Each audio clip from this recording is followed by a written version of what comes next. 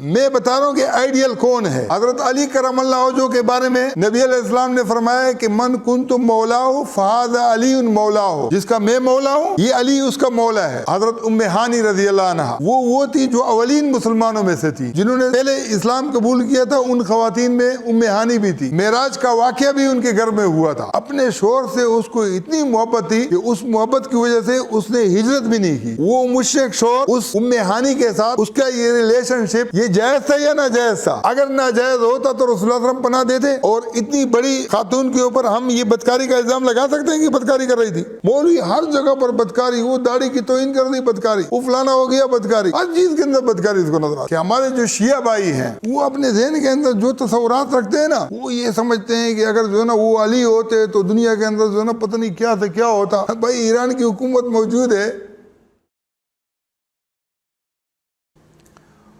اب میں بتا رہا ہوں کہ آئیڈیل کون ہے۔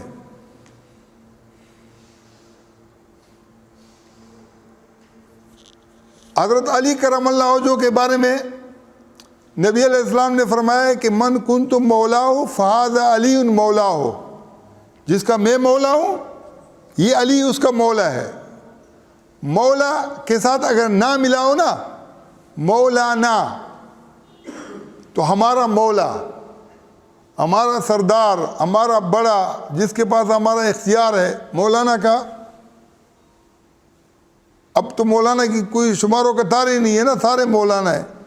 چھوٹی داڑھی والے جو ہے نا وہ بھی مولانا ہے۔ مجھے پہلے بڑا غصہ ہے، ایک ہوٹل والے نے جو ہے نا وہ بیرا تھا، اس کی چھوٹی داڑھی تھی۔ میں مدرسے کے اندر پڑھتا تھا، اخبار پڑھنے کے لیے آتا تھا، تو ایک کوئی پینٹ شرٹ والا تھا، اس نے اس کو کہا کہ مولانا یہ چائے لے آؤ گے کیا ہے نا؟ مجھے اتنا غصہ ہے، میں نے بولا کہ یار اس کو ہی مولانا بول رہا ہے، تو مولانا کی توہین ہے نا۔ میں نے اس کو بولا کہ انگریز کے بچے تمہارا رومال گر رہا ہے نا۔ اب اس نے سنا نہیں، میں بولا کہ تم نے سنا نہیں میں کیا بولا ہے؟ بولا کہ میں نے یہ بولا نا۔ تو وہ غصہ ہو کے لڑنے لگے ہم آپس میں نا۔ مجھے مولانا کے لفظ کی توہین کے اوپر بھی اتنا مطلب جوش آتا تھا۔ میں جیسے بتایا کہ تبلیغی جماعت کی مخالفت کی وجہ سے میں حاجی صاحب کے خلاف کھڑا تھا، اور حاجی صاحب میری وجہ سے، ان کی وجہ سے کافی دیر تک جو ہے نا ان کو اتنا گراں گزرا کہ وہ خاموش ہو گئے۔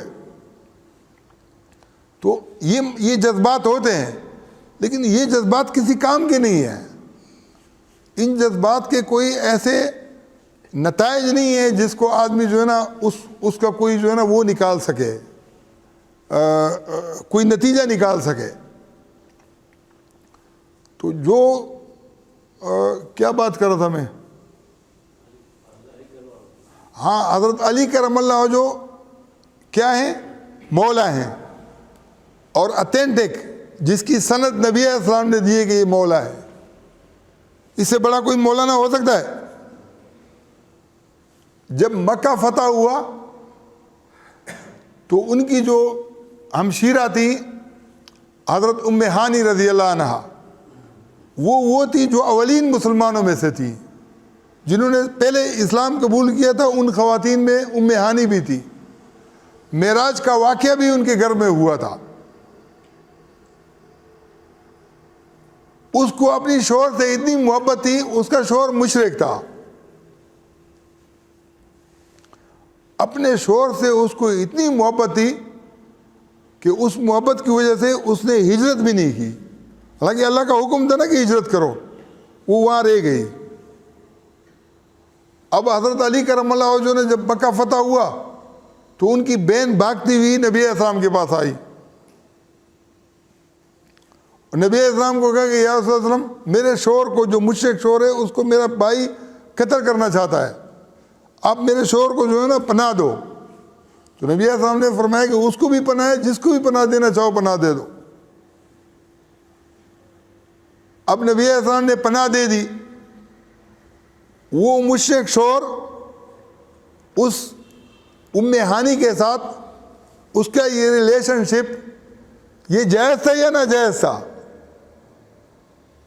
اگر ناجائز ہوتا تو رسول اللہ صلی اللہ علیہ وسلم پناہ دیتے، اور اتنی بڑی خاتون کے اوپر ہم یہ بدکاری کا الزام لگا سکتے ہیں کہ بدکاری کر رہی تھی؟ مولوی ہر جگہ پر بدکاری، وہ داڑھی کی توہین کر دی بدکاری، وہ فلانا ہو گیا بدکاری، ہر چیز کے اندر بدکاری اس کو نظر آتی ہے۔ یہ پہلا مولانا تھا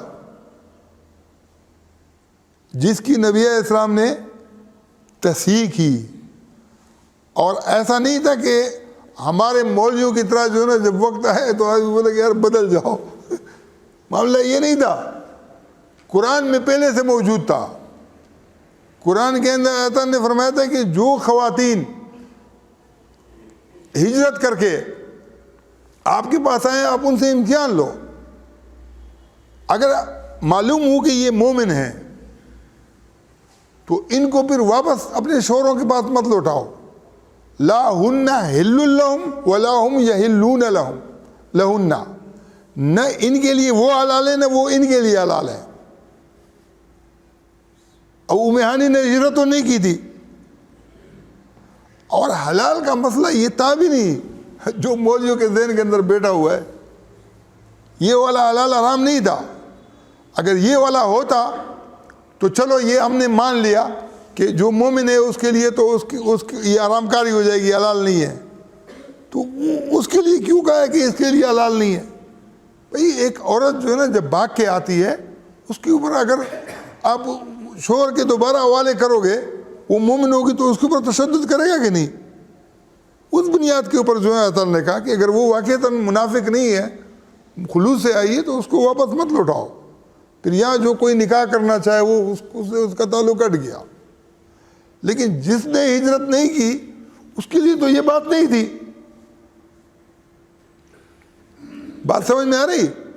تو پہلے مولانا کی رسول اللہ صلی اللہ علیہ وسلم نے خود تصحیح کر دی، اور اس سے پہلے جو ہے نا من کنت مولا ہو، جب میں جس کا مولا ہوں، تو نبی صلی اللہ علیہ وسلم سے بڑا مولا کوئی بھی نہیں تھا نا۔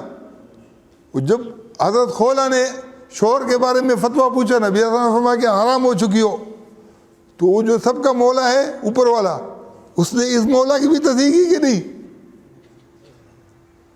کر دی۔ میں اس لیے بیلنس نہیں کر رہا ہوں، میں خالی یہ سمجھا رہا ہوں کہ ہمارے جو شیعہ بھائی ہیں وہ اپنے ذہن کے اندر جو تصورات رکھتے ہیں نا، وہ یہ سمجھتے ہیں کہ اگر جو ہے نا وہ علی ہوتے تو دنیا کے اندر جو ہے نا پتہ نہیں کیا سے کیا ہوتا۔ بھائی ایران کی حکومت موجود ہے، مہدی غائب صاحب اگر خضر علیہ السلام ہیں تو مہدی غائب کا ہونا بھی کوئی ایسی بات نہیں ہے کہ نہیں ہو۔ خضر علیہ السلام تو موسیٰ علیہ السلام کے وقت سے تھے نا، تو اس وقت سے اگر کوئی غیب شخصیت ہو سکتی ہے تو یہ بھی ہو سکتے ہیں۔ لیکن مسئلہ یہ ہے کہ ہم تو اتنے بڑے امام ہونے کا دعویٰ بھی نہیں کرتے، ایک عام جو گلی کوچوں کے اندر چلنے پھرنے والے بیکار قسم کے لوگ نا، ہم یہ کام کر رہے ہیں، دیکھو اتنا بڑا جو ہے نا کام ہم نے اٹھایا ہوا ہے، ان کو آنا چاہیے کہ نہیں؟ چلو اگر یہ گستاخی ہے، نہیں آئے بھلے نا، انتظار تو مت کرو نا، پھر اس کے لیے نکلو۔